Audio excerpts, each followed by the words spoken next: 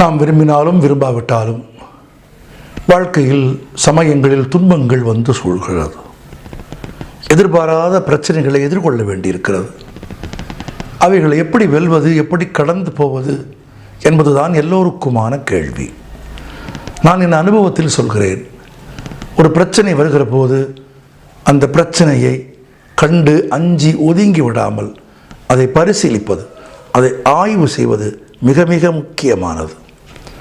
ஆழ்ந்து ஆய்வு செய்ய வேண்டும். இந்த துன்பம் ஏன் வந்தது, இந்த துயரம் ஏன் வந்தது, இது எங்கிருந்து வந்தது, எதனால் வந்தது, யார் தந்தது என்று எல்லாவற்றையும் முன்னும் பின்னுமாக ஒன்றை முழுவதுமாக ஆய்வு செய்ய வேண்டும்.